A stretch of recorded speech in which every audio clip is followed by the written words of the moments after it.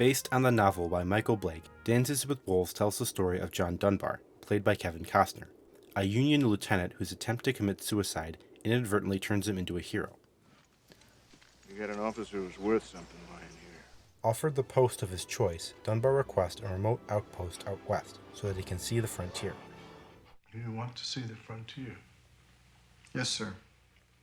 Before it's gone. Arriving at Fort Sedgwick, he finds it abandoned and begins to rebuild. Soon after, he makes contact with the local tribe of Lakota Sioux. Welcome. As time goes on and no relief arrives, Dunbar begins to be drawn more and more into the life of the tribe.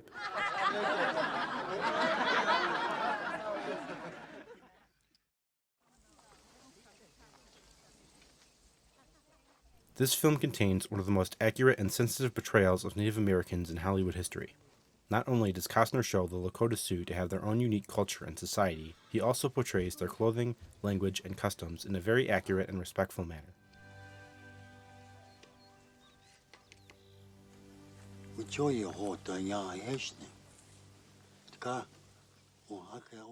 With its slow, elegiac pace, the film really allows you to get to know and appreciate this culture. I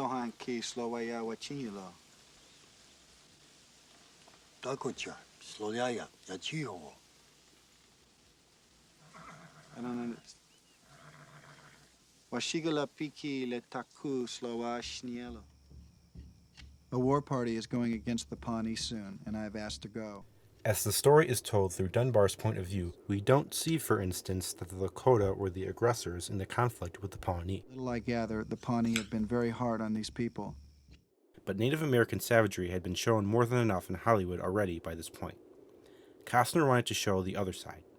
Besides, the film does not shy away from the brutality that the Sioux could show toward their enemies. It was hard to know how to feel. I'd never been in a battle like this one. There was no dark political objective. This was not a fight for territory or riches or to make men free.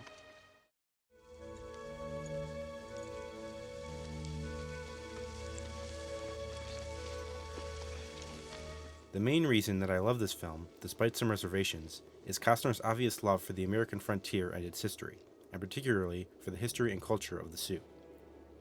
His enthusiasm for the material is simply infectious.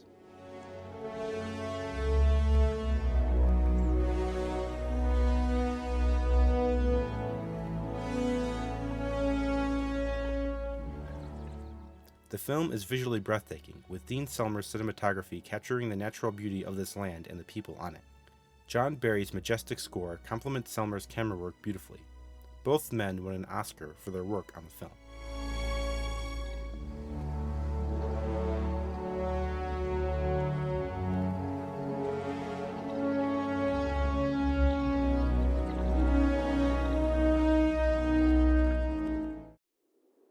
Dances with Wolves was originally a spec script by Michael Blake in the 1980s. Kevin Costner, who met Blake while filming Stacy's Nights, encouraged him to turn his up-till-then unsold script into a novel, which was published in 1988. Costner purchased the film rights to the novel and began making plans to produce it. He was incredibly ambitious, deciding to have the Lakota characters speak the Sioux language with subtitles and filming on location in Dakota. Over 3,000 actual buffalo appear in the film.